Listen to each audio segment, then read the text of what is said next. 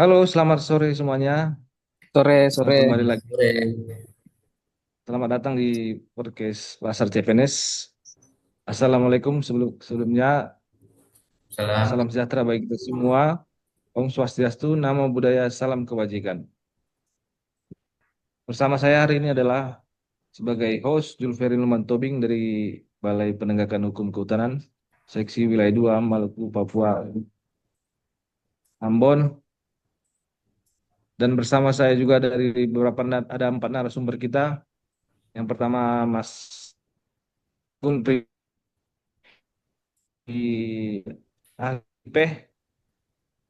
dari Balai Taman Nasional Tambora. Selamat datang Mas Apri. Gimana Selamat kabarnya hari ini Mas? sore. Baik, terima kasih. Alhamdulillah baik. Siap.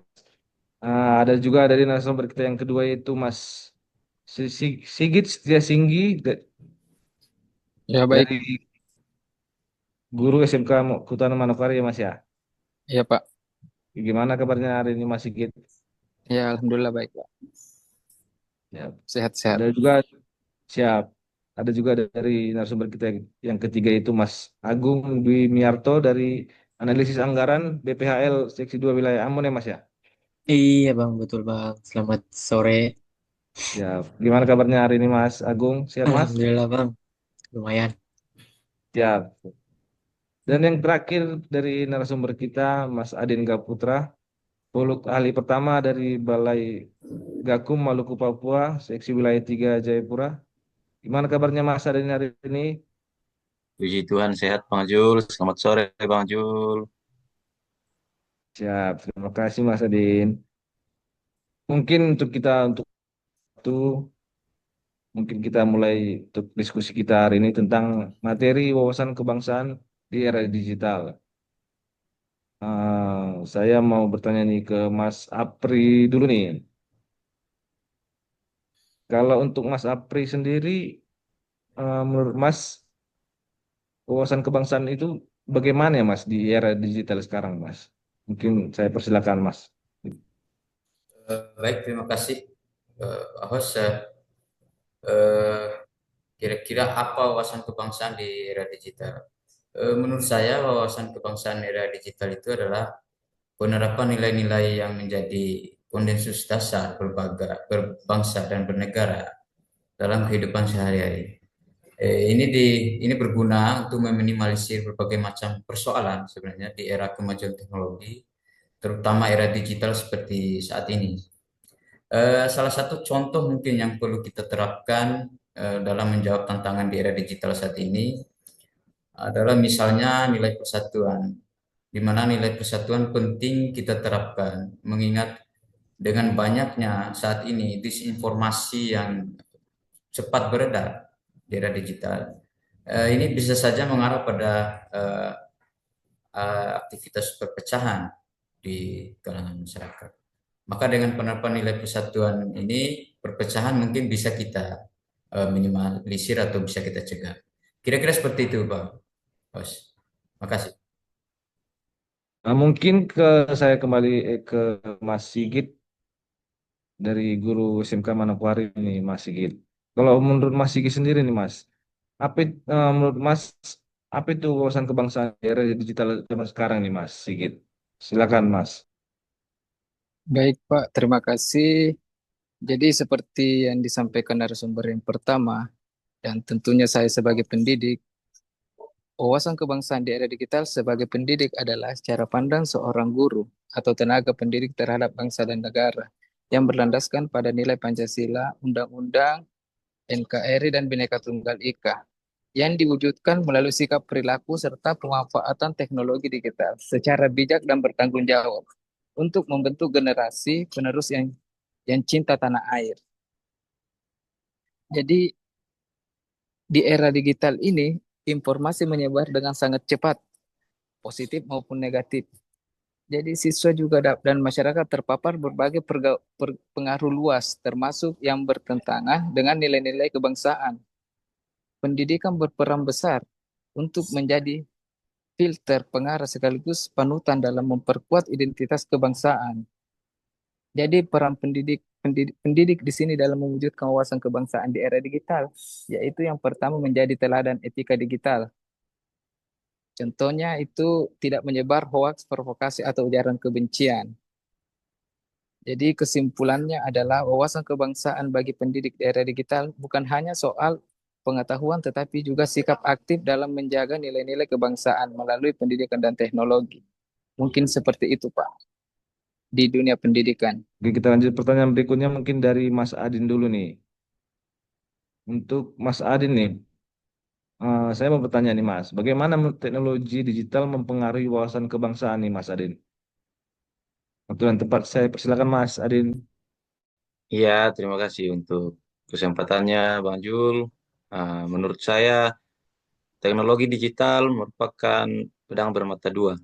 Jika dimanfaatkan dengan bijak, ia menjadi alat ampuh untuk memperkuat wawasan kebangsaan. Namun, jika disalahgunakan atau tidak dikontrol dengan baik, ia justru akan melemahkan rasa nasionalisme dan persatuan bangsa.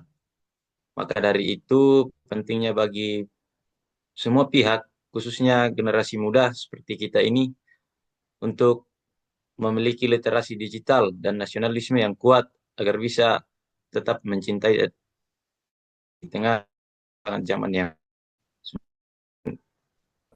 eh, berkembang ini.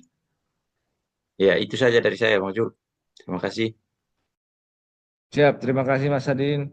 Mungkin ada tambahan nih Mas dari Mas Anggun pribadi nih. Mungkin ada tambahan Mas tentang bagaimana teknologi digital mempengaruhi wawasan kebangsaan nih Mas Apri. Bagaimana nih Mas menurut Mas Apri sendiri? Baik, untuk pertanyaan kedua mungkin teknologi digital ini bagaimana berpengaruh terhadap wawasan kebangsaan. Secara manfaat, menurut saya teknologi digital itu sebenarnya mempunyai pengaruh yang positif, namun juga berdampak secara negatif. Sisi positifnya adalah teknologi digital bisa menjadi kendaraan atau media kita dalam penyebaran informasi terkait dalam menumbuh kembangkan pemahaman terkait wawasan kebangsaan, baik secara efektif, efisien, ataupun secara masif. Ini semua bisa kita jangkau melalui platform media sosial. Nah, untuk sisi negatifnya, tidak sedikit dari kemajuan teknologi digital ini juga menjadi ancaman jika dimanfaatkan oleh oknum-oknum yang eh, tidak bertanggung jawab dalam penyebaran informasi yang mungkin saja itu eh, punya nilai menyesatkan atau hoax. Kira-kira seperti itu, Pak. Siap, terima kasih Mas Anggun pribadi. Siap, mungkin saya lanjut nih ke Mas Agung dulu nih. Mas Agung, kalau Oke, Mas. menurut Mas Agung sendiri nih Mas, bagaimana peran media sosial nih Mas dalam membentuk wawasan kebangsaan nih Mas Agung? Silakan Mas. Iya, kalau kita berbicara tentang peran media sosial ya tentu saja kemajuan teknologi sangat mempengaruhi perkembangan eh, serta persebaran informasi, Bang. Jadi dengan adanya teknologi media sosial ini, betul yang dikatakan Abang tadi bisa menjadi senjata bermata dua ya. Nah, dengan media sosial kita bisa mengakses terkait pilar kebangsaan dengan mudah, tetapi di sisi lain juga bisa memperoleh informasi yang tidak terfilter ya, khususnya dalam hal paham-paham ideologi yang radikal. Terus kita juga bisa lebih mudah menerapkan Bhinneka Tunggal Ika karena kita bisa lebih mudah mengetahui kondisi-kondisi yang ada di daerah-daerah lain. Tetapi di sisi lain juga media sosial ini bisa menjadi senjata di mana bisa kita bisa lihat di sosial media sangat banyak komentar-komentar yang mengandung sara sehingga mudah terjadi perpecahan.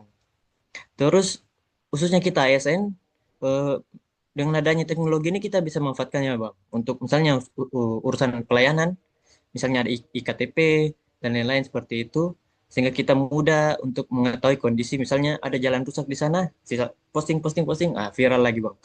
Langsung dieksekusi sama pemerintah. Lalu terakhir tetap di sisi negatifnya juga itu Bang, kayak IKTP kemarin. banyak tersebar informasi terkait data-data KTP rakyat ya Bang, masyarakat. Sehingga itu sangat berbahaya. Bisa menjadi senjata dari mungkin negara lain untuk memecah belah negara kita Bang. Jadi secara tidak langsung peran media sosial itu sangatlah berpengaruh. Maka dari situ kita sebagai SN harus menggunakannya dengan baik dan eh, bermanfaat lah Bang. Seperti itu. Terima kasih. Saya kembali ke Mas Agung dulu nih. Kalau menurut Mas Agung sendiri nih Mas, bagaimana nih Mas kita meningkatkan kesadaran wawasan kebangsaan di kalangan generasi muda nih Mas? Ya, Bang, betul. Jadi seperti saya bilang sebelumnya, kita sebagai ASN harus berperan aktif, Bang, dalam hal menyebarkan informasi-informasi yang positif, khususnya terkait wawasan kebangsaan. Karena kita bisa lihat sekarang konten-konten yang beredar di media sosial itu sangatlah cukup merusak, Bang, ya, dalam hal kebanyakan informasi dari budaya-budaya luar yang masuk, Bang, sekarang di Indonesia. Terkait budaya Indonesia mulai kurang. Jadi kita mungkin ke depannya Bang Jul bisa jadi konten kreator kan Bang. Jadi ya bisa membantu meningkatkan kesadaran wawasan kebangsaan generasi. Sebelum kita akhiri podcast kita ini Mas, mungkin saya ingin bertanya pesan yang ingin sampaikan nih Mas kepada pendengar, kalau kalangan muda, ataupun siswa, ataupun senior yang ada di PT kita masing-masing. Mungkin dari Mas Sigit sendiri nih Mas, sebagai seorang guru di SMK Hutan Manokwari nih Mas Sigit. Mungkin boleh dikasih pesan nih Mas untuk eh, materi kita wawasan kebangsaan di kalangan generasi muda nih Mas. Silakan Mas Sigit.